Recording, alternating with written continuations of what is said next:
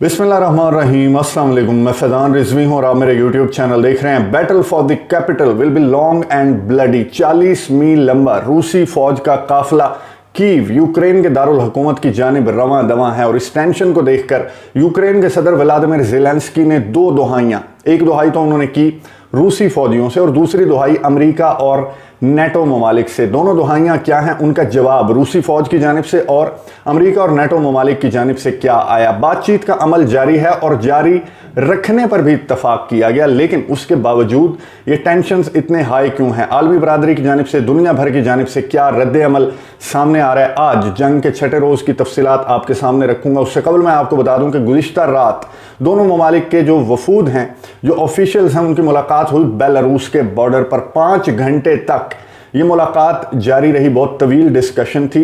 Start में ही मुतालबा सामने आ गया था यूक्रेन का कि रूसी फौजी जो हैं वो यूक्रेन की टेरिटरी छोड़ें, यूक्रेन से बाहर निकलें, फिर बातचीत का अमल जो है वो आगे बढ़ सकता है। रूस के मुतालबात हम जानते हैं। रूस चाहता है कि व्लादिमीर ज़ेलेंस्की जो यूक्रेन का सदर है वो कुर्सी से उतरे, अस्करी क़यादत यूक्रेन का कंट्रोल संभाले और फिर व्लादिमीर पुतिन से मुज़ाकरात आगे बढ़ सकते हैं। दो मुतालबात बहुत ज़्यादा सख्त दोनों जानिब से सामने आए, लेकिन सवाल ये पैदा होता है कि 5 घंटे तक डिस्कशन जो होती रही तो कोई टॉपिक था जिस पर बातचीत हुई और फिर दोनों ममालिक के जो ऑफिशियल्स हैं, जो वफूद हैं, उन्होंने इत्तफाक किया कि हम अपने अपने कैपिटल्स जाएंगे, वहाँ पर एतमाद में लेंगे अपने अपने जो सदूर हैं, सरबराहान हैं उन्हें, और फिर बातचीत का ये सिलसिला जो है वो जारी रहेगा। लेकिन बातचीत का सिलसिला जारी रखने पर इत्तफाक किया गया।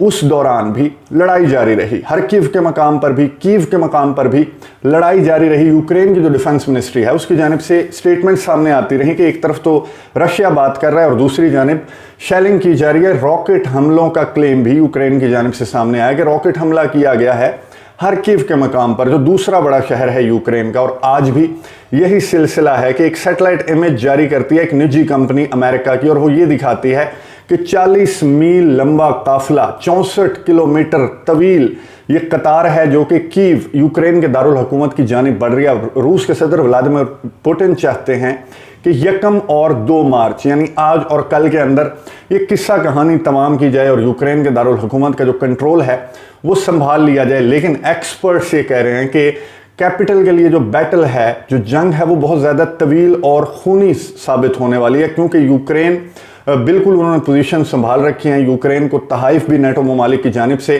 वो रुक नहीं रहे। बहुत सारे ममालिक, अमेरिका समेत, बरतानिया समेत बहुत सारे ममालिक जो हैं वो गोला बारूद, असलहे के तहाइफ यूक्रेन को भिजवा रहे हैं। और यूक्रेन के अवाम, व्लादिमीर ज़ेलेंस्की आपको मालूम है अदाकार थे, कॉमेडियन थे, तो इनकी जो तकारीर हैं वो बहुत ज़्यादा पुरअसर किस्म की होती हैं। तो इन्होंने इसी किस्म की तकारीर की अपने अवाम को। इवन के अब इस वक्त जब मैं वीडियो रिकॉर्ड कर रहा हूं तो चंद मिनट कबल ये भी अहकामात जारी किए गए व्लादिमीर ज़ेलेंस्की की जानिब से कि जो फॉरेन वॉलंटियर्स हैं, यानी दीगर ममालिक के जो शहरी जो यूक्रेन के साथ रशिया के खिलाफ इस जंग में हिस्सा लेना चाहते हैं और ऐसे ममालिक हैं, ऐसे ममालिक के सरबराहान की जानिब से अपने शहरियों को बजाय वहाँ से निकलने, इनखला का अमल मुकम्मल करने के अहकामात, बल्कि यूक्रेन की फोर्सेस के साथ मिलकर लड़ने के अहकामात जारी किए गए हैं। तो यूक्रेन के सदर व्लादिमीर ज़ेलेंस्की ने ओपन कर दिया है फॉरेन वॉलंटियर्स के लिए अपनी आर्मी को कि आएँ, ज्वाइन करें और रशिया के खिलाफ लड़ें। तो इस तरह की जो कौमियत परस्ती है वो उसकी रूह फूंक दी है व्लादिमीर ज़ेलेंस्की ने अपने अवाम के अंदर, जिसके बाद लोग टैंकों के आगे लेट रहे हैं।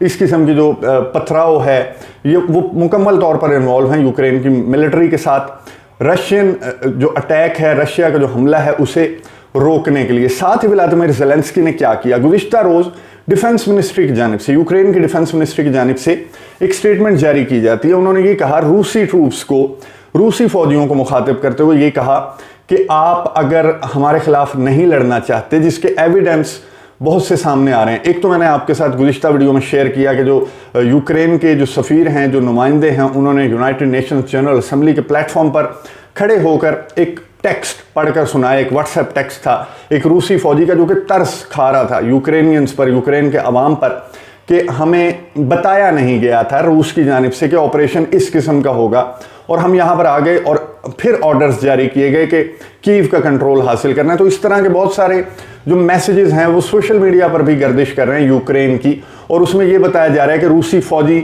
लड़ना नहीं चाहते, लेकिन वो व्लादिमीर पुतिन के डर से लड़ रहे हैं और उनका जो एक एफिलिएशन है यूक्रेनियंस के साथ, क्योंकि यूक्रेन के अवाम, यूक्रेन पहले सोवियत यूनियन का हिस्सा भी था, वहाँ रूसी बोलने वाले लोग, रूसी समझने वाले लोग हैं, तो इस तरह की जो नरम गोशा है, नरम जज्बात हैं, वो रूसी फौजियों में पाए जा रहे हैं यूक्रेनियंस के लिए। तो डिफेंस मिनिस्ट्री ने रूसी फौजियों को मुखातिब करते हुए कहा कि हथियार डाल लो, हमारे साथ मिल जाओ, मासूमों का जो खून है वो मत बहाओ, वगैरह वगैरह इमोशनल किस्म की स्टेटमेंट जारी की गई। और व्लादिमीर ज़ेलेंस्की ने दुहाई डाली रूसी फौजियों के सामने कि कुछ रूसी फौजी जो हैं, जिस तरह के एविडेंस सामने आ रहे हैं, तो शायद रूसी फौजी लड़ना छोड़ देंगे। और दूसरी दुहाई व्लादिमीर ज़ेलेंस्की ने डाली, वो जो सैटेलाइट इमेज दिखाया गया एक निजी कंपनी की जानिब से, जिसमें ये दिखाया गया कि 40 मील लंबा काफिला कीव की जानिब बढ़ रहा है। और ये भी रिपोर्ट सामने आई यूक्रेन के डिफेंस मिनिस्ट्री की जानिब से कि बेलारूस के फौजी भी इस्तेमाल किए जाएंगे अब कीव का कंट्रोल संभालने के लिए, क्योंकि अब 3-4 रोज हो चुके हैं, कीव का कंट्रोल अभी तक रशिया के हाथ में नहीं आया, क्योंकि वहां पर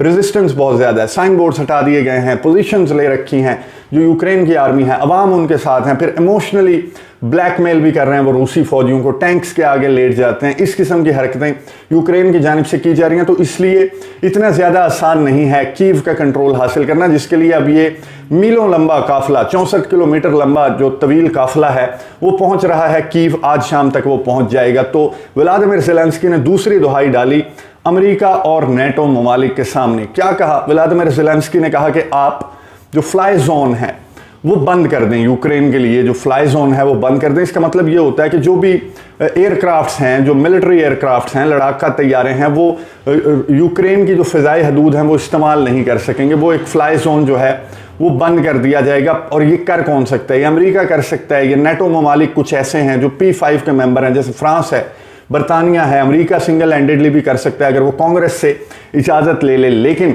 अमेरिका की जानिब से इस मुतालबे पर straight forward no, big straight no. Pentagon के तर्जमान, व्हाइट हाउस की तर्जमान जेन साकी ने गुज़िश्ता रात कहा कि हम ऐसा कोई फैसला नहीं करने वाले। उसकी वजह क्या है? उसकी वजह यह है कि अगर आप एक ऐसा फैसला करते हैं, अमेरिका, बरतानिया या फ्रांस या किसी भी बड़ी ताकत की जानिब से ऐसा फैसला लिया जाता है, यूएन से या कांग्रेस से अप्रूव करवाया जाता है और फ्लाई जोन जो है वो बंद कर दिया जाता है यूक्रेन का, तो उसके बाद उसकी जिम्मेदारी उसी मुल्क पर है कि अगर कोई रूसी तैयारा उस फ्लाई जोन में दाखिल होने की कोशिश करता है तो उसे आपने मार गिराना है, उसकी खिलाफ वर्जी नहीं होने देना भी उसी मुल्क की जिम्मेदारी है जो फ्लाई जोन बंद करने के लिए रिक्वेस्ट करेगा। तो फिर इस वजह से अमेरिका की जानिब से क्लियर कट मौक़िफ़ सामने आया कि ऐसा करने का मतलब है कि हम रूस के साथ ऐलाने जंग कर रहे हैं। तो ऐसा ये जो आइडिया है व्लादिमीर ज़ेलेंस्की का, ये बिल्कुल भी दुरुस्त नहीं है। यानी कि जो एंटनी ब्लिंकन है, उन्होंने कहा इमदाद भी मिलेगी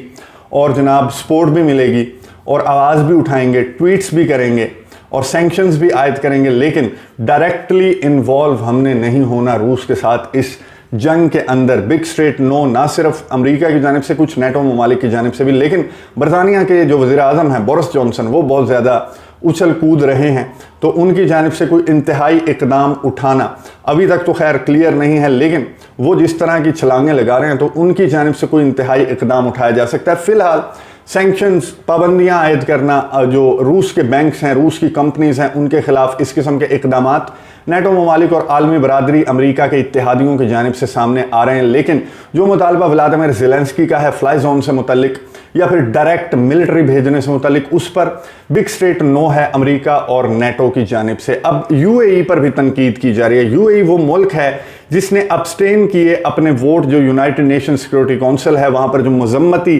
करारदाद भी पेश की गई, तो वहाँ भारत और मुत्तहिदा अरब अमारात ने अपने वोट का हक इस्तेमाल नहीं किया। चाइना का भी समझ आता है, भारत का भी समझ आता है कि भारत के रूस के साथ बहुत अच्छे ताल्लुकात हैं और भारत वाहिद प्लेयर है अमेरिका का इस खित्ते के अंदर, तो भारत को तो कोई हदफ तनकीद नहीं बनाएगा इस मामले पर। यूएई को बहुत ज़्यादा हदफ तनकीद बनाया जा रहा है और ये कहा जा रहा है कि रूस का साथ दे रहा है, कोई डील हुई है, डील विद द डेविल।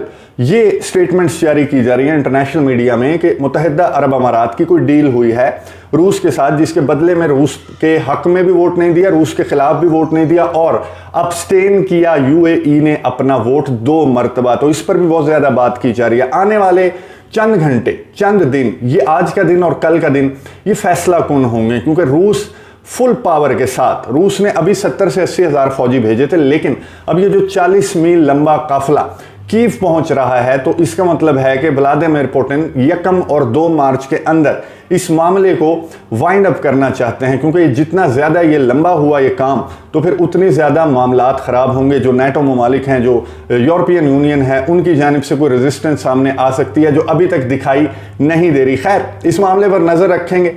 ये जो काफिला वहाँ पहुँचता है, वहाँ पर किस किस्म की सूरत हाल क्रिएट होती है। इस वक्त भी कीव और हरकीव के दरमियान जो शहर है, चंद मिनट कबल, इस वक्त जब मैं वीडियो रिकॉर्ड कर रहा हूं, तो चंद मिनट कबल ये खबर सामने आई कि वहां पर एक जोरदार धमाका हुआ, जिसमें काफ़ी जो यूक्रेनी फौजी हैं वो भी मारे गए। अब ये काफिला जब कीव पहुंचेगा, कीव के अतराफ पहुंचेगा, तो सिचुएशन क्या रुख लेती है, और जो बातचीत का सिलसिला है, क्या अपने अपने कैपिटल्स में अपने अपने सरबराहान को इत्मीनान में लेने के बाद ये ऑफिशियल्स वापस बेलारूस पहुंचेंगे, लौटेंगे। और अगर ये लौटते हैं और मुज़ाकरात का दूसरा दौर होता है, तो इट मीन्स कि कुछ है जो जिस पर डिस्कशन जारी रखी जा सकती है, यानी कि कोई उम्मीद है, कोई नुक्ता है जिस पर इत्तफाक किया जा सकता है। तो दूसरे दौर को तय होने के बाद ही साबित होगा कि क्या कोई ऐसा नुक्ता है जिस पर बातचीत की जा सकती है। आने वाले 2 दिन, आने वाले चंद घंटे बहुत ज़्यादा इंपॉर्टेंट है। आपको अपडेट्स देता रहूँगा। अगली वीडियो तक के लिए इजाज़त दीजिए। अल्लाह हाफ़िज़।